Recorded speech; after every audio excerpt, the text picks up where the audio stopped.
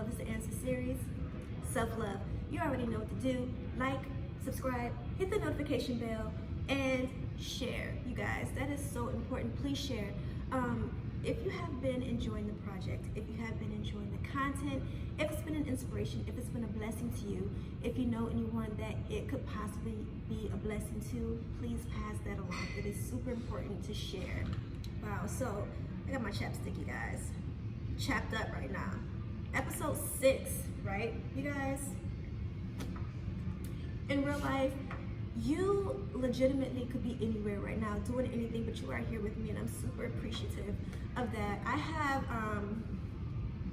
a little bit of a different scenery for you today. I got the whole restaurant behind me. And listen, shout out to the Bronx Ale House. The Bronx Ale House is where I do all the recording for my project.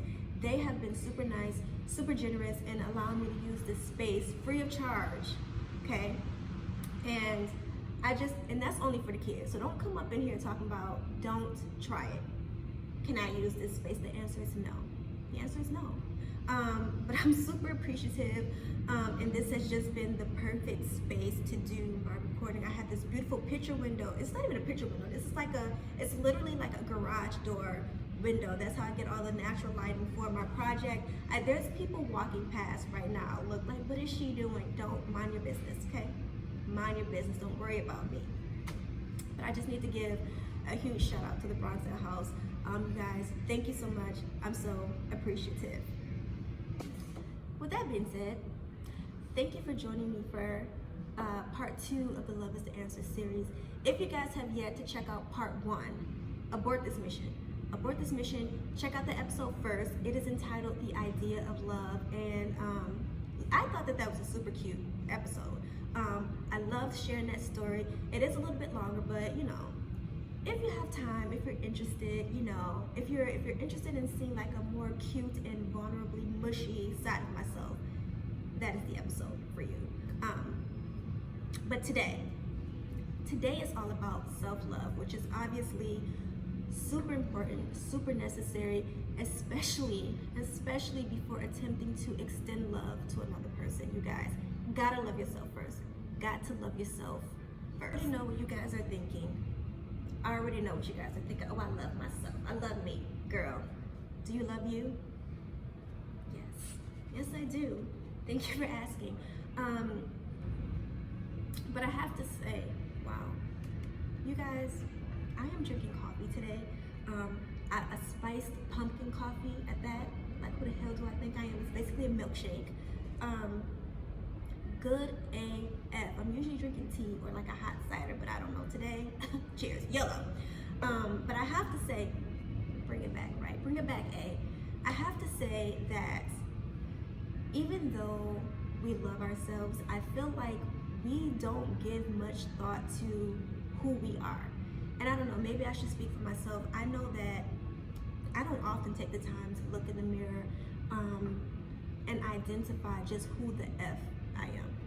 On the surface level, sure, I know exactly who I am, but I think identification of who we are is the catalyst and really kind of puts us on the fast track to self-love and showing up as our truest self, which for me equates to freedom. And you know, who doesn't desire that type of freedom? So I read something the other day that really spoke to me, and I actually think that Will Smith touched on this at one point as well. If you follow Will Smith on IG, which who doesn't follow Will Smith on IG, right? It's a freaking gem of life on that thing. Love that guy. But what I read and what he was speaking of was actually like in reference to another person, like what it means to truly love another person. But for myself and for ourselves, I think that it also holds true. And basically, how can I say, in order to truly love myself, I have to grant myself the freedom to truly be myself, which means authentically, unapologetically, you know, accepting the good, the bad, the flaws with my strengths. And that hit me at the core, because I know that is not always the case for me. And this quote proves that. Check this out.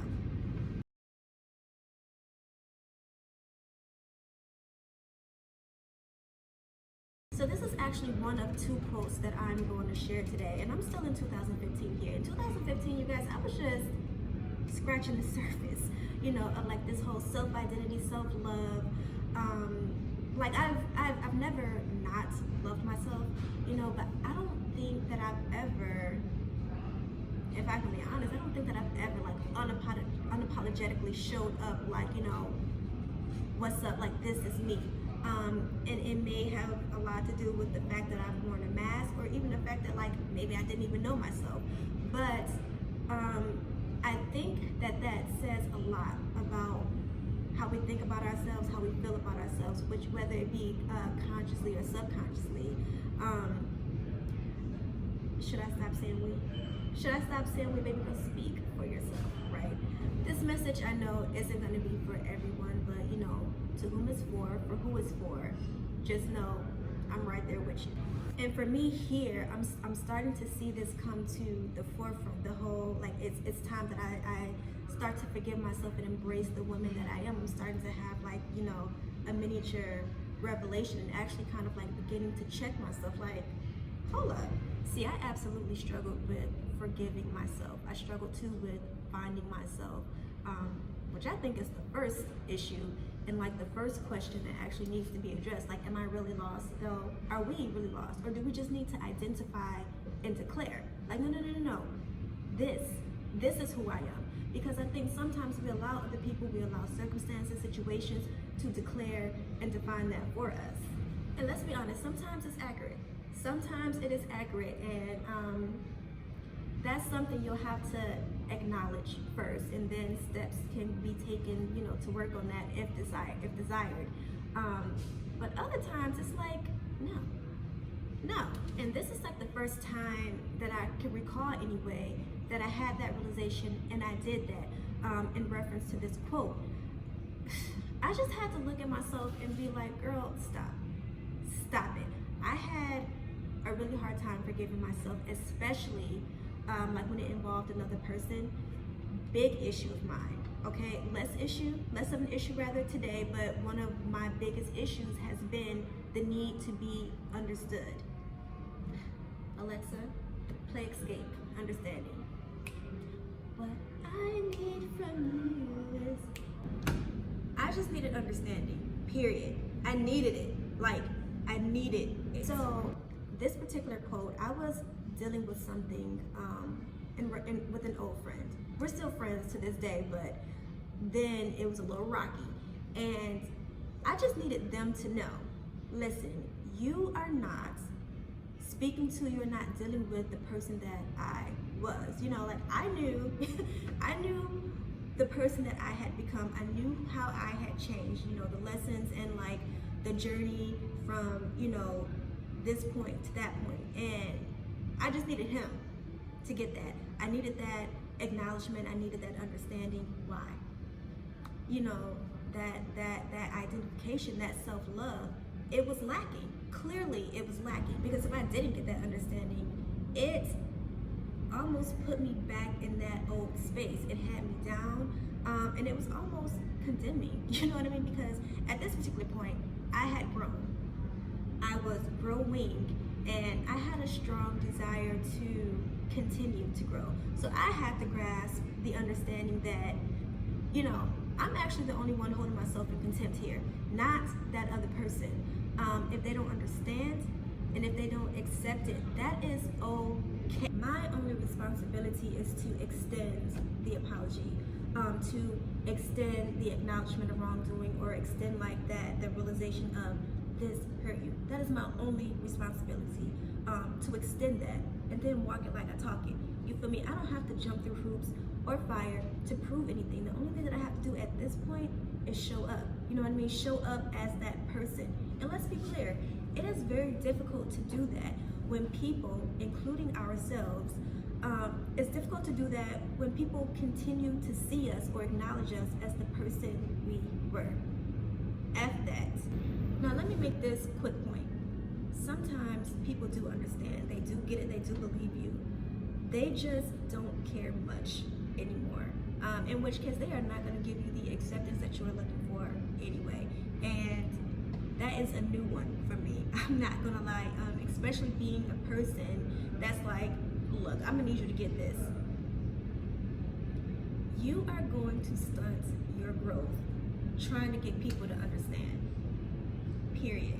A lot of times we think that things are just so black and white. You either don't forgive me and you hate me, or like the complete opposite end of the spectrum. And it's like, no. You know, a lot of times forgiveness and understanding, it doesn't equate to this. It just doesn't. And we have to acknowledge and accept that for ourselves, and move forward. Look yourself in the mirror and, you know, make the declaration. And sometimes, honestly, it's not even a declaration. Sometimes it is a reminder. Listen, hold up. This is who I am. And that identification of self opens up so much room for self-love. And let me tell you something, about a month later, this was written. So I'm gonna go ahead and just read it, I guess, as opposed to putting it up. I thank God for my testimony. I'm starting to feel a lot more comfortable with myself, with my mistakes, and with my growth. So notice I said starting. It was just the beginning for me. I was just now starting to kind of like own who I was, and just be more comfortable in that and kind of like walking in that. I was like, you know, whatever. I made mistakes. Sure, am I gonna let it define me? No, I'm growing. I was starting to feel so much gratitude for my testimony because I was loving the woman that I was becoming. Like, yeah, I could say before I loved myself, but it wasn't like this. It just wasn't like this. It was a sense of self-love that I had yet to experience, and it was almost like just like building this relationship with myself. It was like getting to really know myself, which is a journey I cannot stress enough. So since that time, you know, the journey obviously hasn't been all peaches and cream. I don't have to tell you that. Remember I said that I was just scratching the surface. I'm forever evolving. We are forever evolving. You know, life is always on. So, you know, yes, you know, learning, experience, and growth, it is constant. Since this time, 2015, are you kidding me? There's been so many times that I've had to look myself in the mirror and give myself that reminder of, baby girl, no. This is who you are. So, you know, I have to give you guys a little nasty challenge. And this is my challenge for you today. Right now, look yourself in the mirror and either make the declaration or give yourself a reminder of no. This is who I am. And drop in the comments below, are you declaring today or are you reminding yourself today? Make room, you guys. You have to make room for a type of self-love that you have yet to experience. And as always, you guys, I really hope that this message touched you, that it inspired you, and if it did, go ahead and pass it along to someone else. And you already know, I'm back here next Wednesday. Next Wednesday is part 3 of the Love is the Answer series. I hope to see you guys there. And don't forget, this platform is all about embracing vulnerability and sharing a piece of your story. Thank you so much for watching, guys.